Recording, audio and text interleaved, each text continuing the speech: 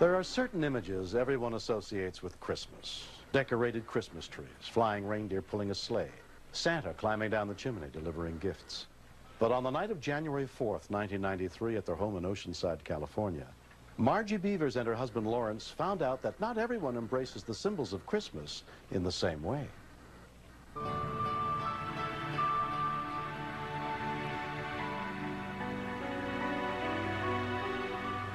I went to bed about 11:30 after the news went off and kept squirming and wiggling around, so I thought, well, I'll get up and take some aspirins. That will probably relax me.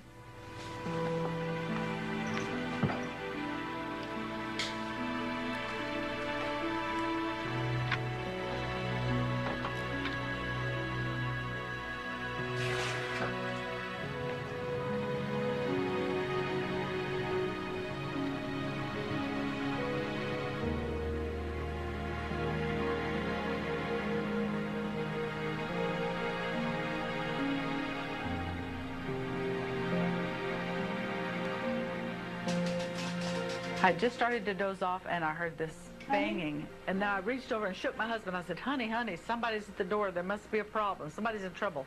Get up quick. We're coming. I ran to the front door thinking that that was somebody banging on my door. And then by the time I got to the door, I didn't even get the door open. Then I realized the voice was not outside. The voice was in the house. 911 emergency? Yes, I have somebody that's just come down my chimney. They're hanging upside down inside our house. 414 South District. Oceanside Police Dispatcher Laura Harris took the call. I was trying to picture this in my mind, and it wasn't really coming. It was kind of like, well, what's he doing there? Why is he in your chimney, you know? You know who this person is? I have no idea. It just scared us to death, woke us up. Are they stuck? He's stuck in there, thank God. Most of the time when someone calls up and says, there's a man in my house, you know, he broke into my house, we have to run out and chase him all over the neighborhood. Well, this guy was there for the pickings. What are you doing in my fireplace? I said, what are you doing in my fireplace? And he says, I'm Santa Claus. What do you think? And so I said, well, I don't think so. I don't see any presents. And I know I've been good.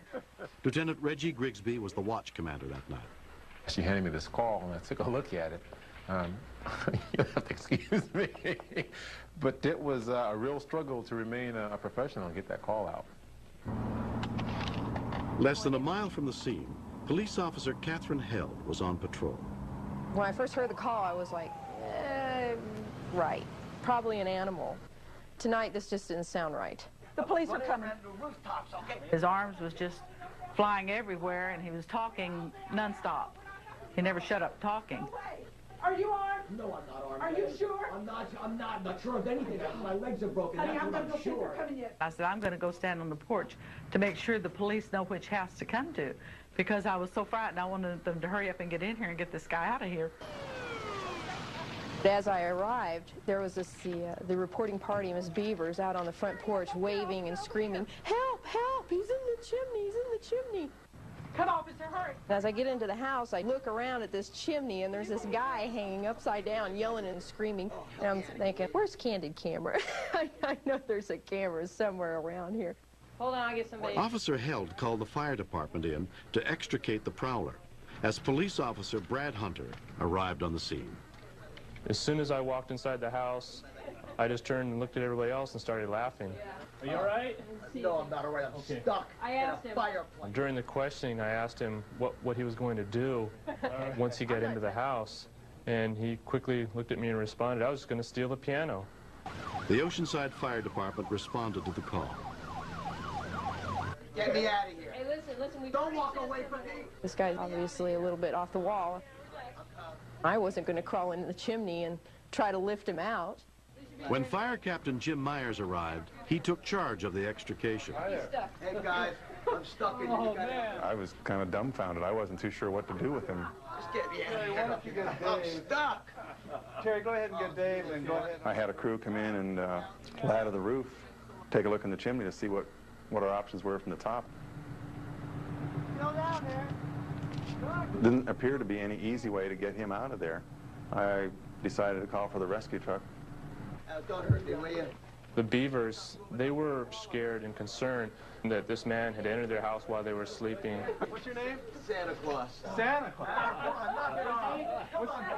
I think when they saw that the officers and the fire department had kind of a sense of humor, they also began to lighten up and joke around about it, to the point where Mrs. Beaver went and got her camera so she could take pictures to send to her grandchildren, to her relatives. Smile!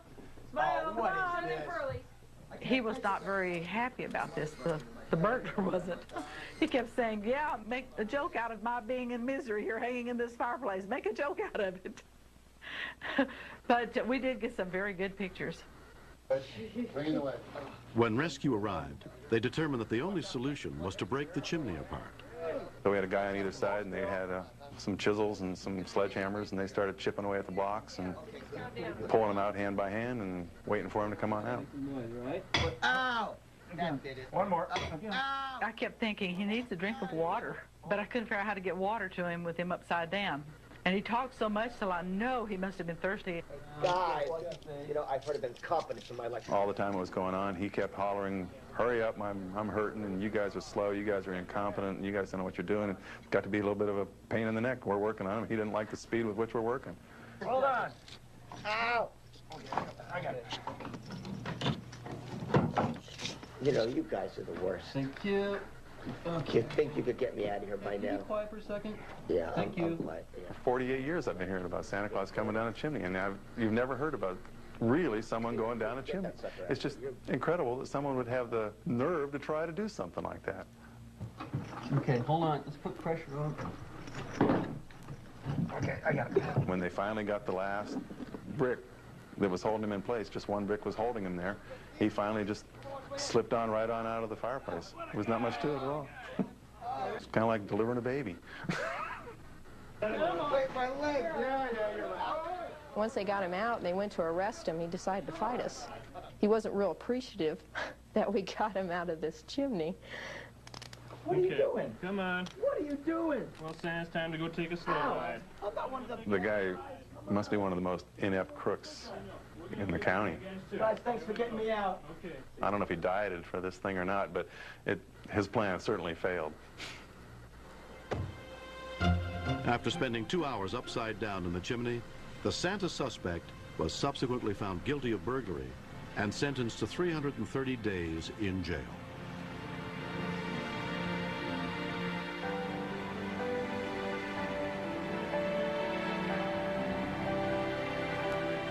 This is something I will never forget. Something that could have been very, very scary turned into something funny. It was just the most unbelievable sight you have ever seen. The police was very kind to him, and everybody in general. They worked to save his life as well to protect us. I do appreciate them very, very much. For Christmas, I thought we would have a Christmas card made with this guy hanging upside down. And on the inside, I'm going to just say, just drop in any time from the Beavers. Merry Christmas.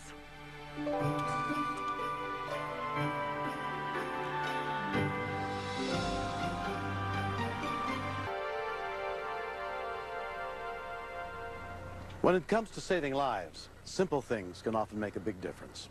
Make sure your house or curb is clearly marked with the address number so it is easy for rescuers to read it from the street. This series is dedicated to all the men, women, and children who answer our calls for help and are there when we need them most. I'm William Shatner. Join us again next week for more true stories on Rescue 911.